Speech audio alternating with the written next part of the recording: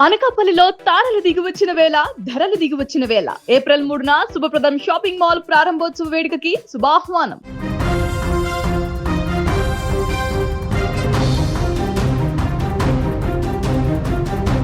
విశాఖలోని గాజువాకలో యువతి హత్య కేసులో ఇప్పుడు కీలక విషయాలు వెలుగు చూస్తున్నాయి. ప్రియురాలని రవీంద్ర అత్యంత దారుణంగా నేవీ ఉద్యోగిగా పనిచేస్తున్న అతను అత్యంత దారుణంగా హత్య చేయడమే కాకుండా ఆ తర్వాత ఆ యువతిని మౌనికని ముక్కలు ముక్కలుగా నరికి శరీర భాగాలను వేరు చేసి ఫ్రిడ్జ్లో పెట్టాడు. ఆ తర్వాత తలతో పాటు మరికొన్ని శరీర భాగాలను అక్కడి నుంచి దూరంగా 4 కిలోమీటర్లు తీసుకువెళ్ళి అక్కడ కాల్ చేసినట్టుగా నిందితుడు చెప్పినట్టుగా పోలీసులకు సమాచారం తెలుస్తుంది. అయితే ఈ కేసులో కీలకమైనటువంటి నిందితుడిగా ఉన్నటువంటి వ్యక్తి రవీంద్ర ఇంటి పక్కన ఉండేటువంటి వారు కీలక నిజాలు వెల్లడించారు. రవీంద్ర కొన్ని నెలల నుంచి తమ అపార్ట్మెంట్లో ఉంటున్నాడని, ఇప్పటి వరకు ఎవరితోనూ మాట్లాడేవాడు కాదంటూ చెబుతున్నారు. అతనిపైన ఇప్పటి వరకు ఎలాంటి కంప్లైంట్స్ కూడా లేవనేటువంటి విషయాన్ని కూడా అక్కడ ఉన్నటువంటి నైబర్స్ చెప్తున్నారు. భార్య పుట్టింటికి వెళ్ళినటువంటి దగ్గర నుంచి ఒక్కడే ఉంటున్నా కూడా ఎవరితో తప్పుగా ప్రవర్తించడం కానీ, ఎవరితో రాంగ్గా మాట్లాడడం కానీ, ఎవరితో గొడవలు పడడం కానీ, ఎప్పుడు కూడా ఎవరితో ఎలాంటి వివాదాలకు వెళ్లకుండా తన పని తాను చేసుకుంటూ ఉంటాడంటూ కూడా స్థానికులు చెప్తున్నారు. ఒకసారి ఈ యొక్క హత్యకు చేసినటువంటి రవీంద్రకు సంబంధించినటువంటి ఆయన నైబర్స్ కానీ అక్కడ ఉన్నటువంటి అపార్ట్మెంట్ వాసులు కానీ ఏం చెప్తున్నారో ఒకసారి విందాం. మార్నింగ్ అయితే ఇలాంటి చూస్తున్నామా మన కాలనీలో. ఏం విన్నారు అసలు మీరు ఈ ఘటన గురించి? ఫస్ట్ అయితే అందరు చెప్పుకున్నది అయితే అబ్బాయి అమ్మాయితో రిలేషన్ పెట్టుకున్నాడని, అబ్బాయి ఏమో డబ్బులు డిమాండ్ చేస్తుందని చెప్పేసి ఎప్పటి నుంచి అతన్ని ఇబ్బంది పెడుతుందని చెప్పేసి అనుకుంటున్నా అనేసి తెలిసిందే. పోలీస్ స్టేషన్ అతను చెప్పాడంట అలాగని చెప్పేసి. ఆవిడ ఒకళ్ళు డిమాండ్ చేసిన స్టేషన్కి వెళ్ళి కంప్లైంట్ పెట్టుకొని అక్కడ 4 గోడల మధ్య సెటిల్ చేసుకోవడం ఏదో చేసుకోవాలి. మిస్సెస్కి చెప్పాలి, చుట్టాలకు చెప్పాలి.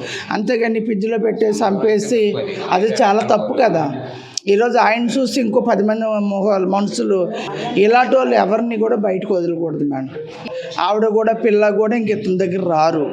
ఇతను చేసే పని ఇతని ఫ్యామిలీ మీద ఎఫెక్ట్ పడుతుంది. ఫస్ట్ మా పక్క వాళ్ళందరూ పక్కన పెట్టేస్తే ఆల్రెడీ ఇతను అక్కడ అద్దెకున్నాడు మేడం, సొంత కూడా కాదు, రెంట్ హౌస్.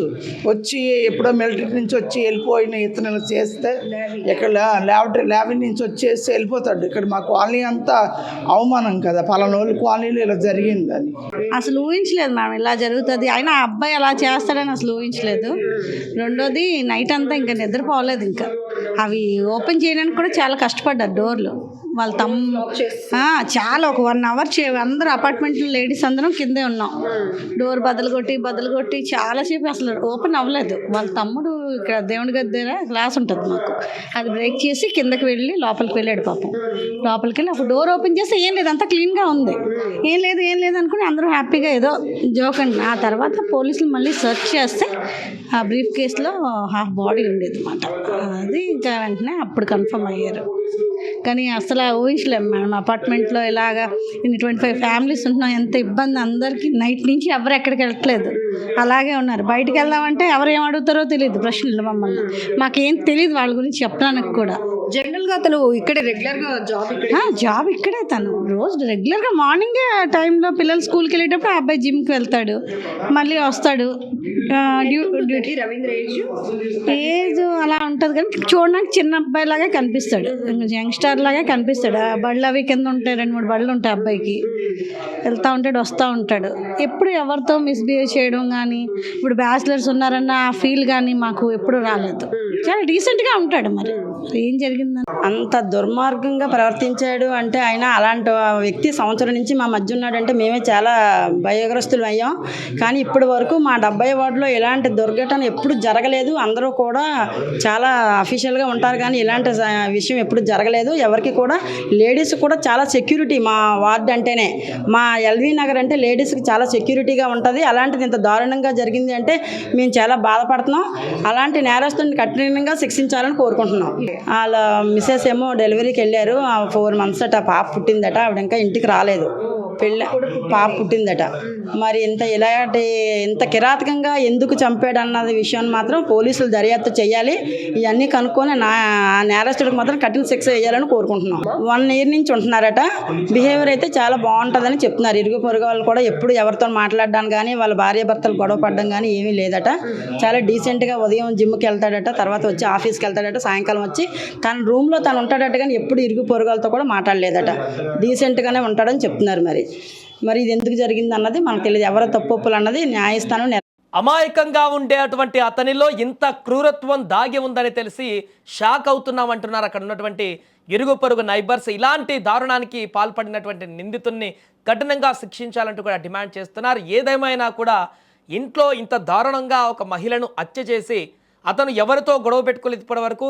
సైలెంట్గా తన పని తాను చేసుకుని వెళ్తాడు. తను డ్యూటీకి వెళ్ళి ఇక్కడికి వస్తాడు. అపార్ట్మెంట్లో ఏ ఒక్కరితో కూడా చిన్న డిస్టర్బెన్స్ కూడా లేదు. సంవత్సరం అవుతుంది అపార్ట్మెంట్కి వచ్చి.